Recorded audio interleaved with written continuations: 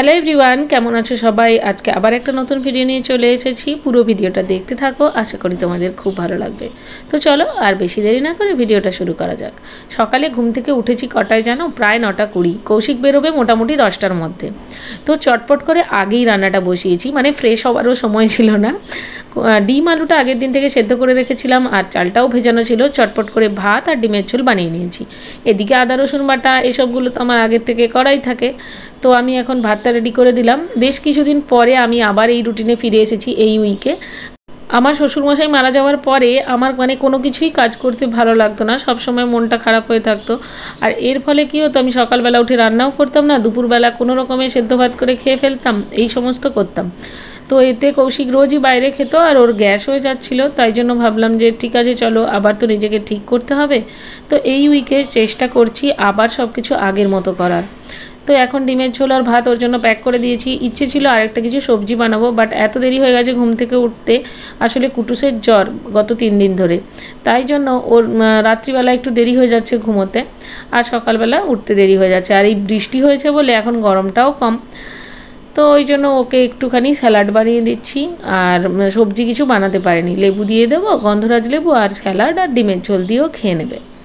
আর ওদের ক্যান্টিনে তো এমনিতেই সবজি পাওয়া যায়, যদি সেরকম দরকার হয় তাহলেও একটা সবজি কিনেও নিতে পারে, মানে কালকে তো তাই করেছিল। তো যাই হোক, আর এখন তো কুটুসকে স্কুলেও পাঠাচ্ছি না আর অনলাইন ক্লাসও করাচ্ছি না, কারণ অনলাইন ক্লাসে আমাকেই বেশি ক্লাস করতে হতো ওর থেকে। তো ওই জন্য ওটা আমার ঠিক পছন্দ হয়নি, ওই জন্য আর ওকে স্কুলে পাঠাচ্ছি না, মানে ক্লাস করাচ্ছি না বা স্কুলেও পাঠাচ্ছি না। ওর শরীরটা ঠিক হলে তারপরে পাঠাবো। একটুখানি লেবুও দিয়ে দিলাম, ব্যাস। এবার গিয়ে মেয়েকে তুলবো। গত 2 দিন তোর জ্বর ছিল, আজকে দেখছি সকাল থেকে জ্বর নেই। তো ঘুম থেকে উঠে ও এখন স্যান্ডউইচ বানাচ্ছে, এগ স্যান্ডউইচ, যেটা প্রায় দিনই ও বানায়। এখন আবার প্যানকেক বানানোটাও শিখেছে, আবার পরে একদিন শেয়ার করবো। আর এখানে আমি একটা গ্যাস ওভেন অর্ডার করেছিলাম। তো এখন ওকে একদমই ফোন বা টিভির থেকে একটু দূরেই রেখেছি, কারণ খুবই অসুবিধে হচ্ছিল। অ্যাকচুয়ালি কি, ওর আমার অপারেশন, শ্বশুরমশাইয়ের মারা যাওয়া, সব কিছু নিয়ে না ওর স্ক্রিন টাইমটা প্রচুর হয়ে গেছিলো। মানে প্রায় দিনের 60% তো ও টিভি, মোবাইল এসবই দেখতো। তো তাই জন্য একদমই বন্ধ করে দিয়েছি। মোটামুটি 1 সপ্তাহ হয়েই গেছে, মানে কোনো মোবাইল বা টিভি কিছুই দেখতে দিচ্ছি না। এতে কি হচ্ছে, ওর পেছনে আমাকে প্রচুর সময় দিতে হয়, মানে প্রায় সারাদিনই ওর সাথে আমাকে খেলতে হয়। তারপরে আমার যা সংসারের কাজকর্ম সব কিছুতেই আমাকে ওকে সঙ্গে নিয়ে করতে হয়, তা নাহলে তো ও বোর হয়ে যাবে। যেহেতু আমরা মানে একটা নিউক্লিয়ার ফ্যামিলিতে থাকি, যেখানে ওর সাথে সময় কাটানোর মতো আমি ছাড়া আর কেউ নেই।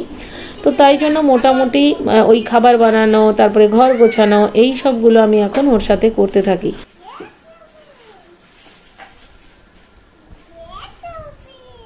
কি এসেছে মাম্মা?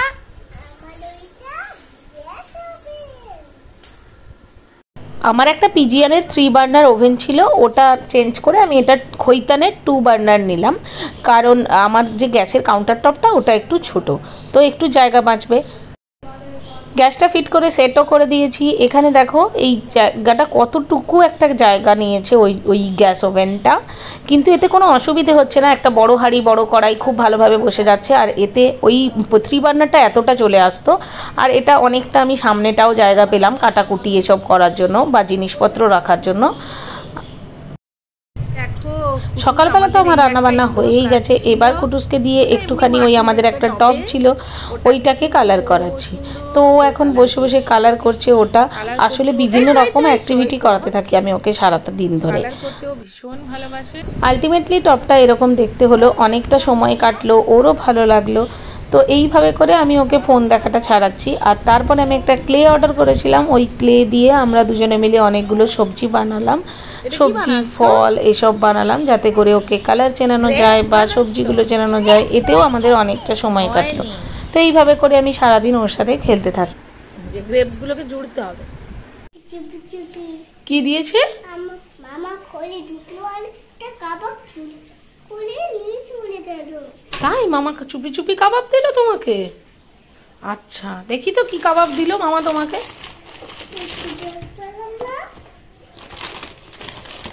এই যে এটা খোলো।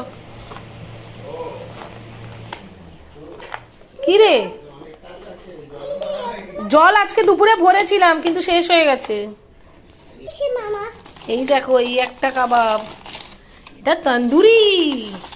আর একটা দেখি কি দিয়েছে, এইটা তোমার, ওইটা আমাদের। আর এই যে আরেকটা কাবাব, এটা তোমার জন্য, দেখেছো? এটা রেশমি কাবাব।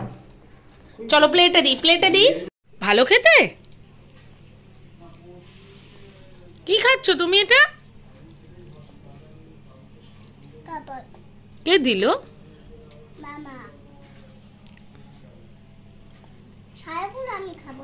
ঝাল নয়, ওটা ধনে পাতা বাবা।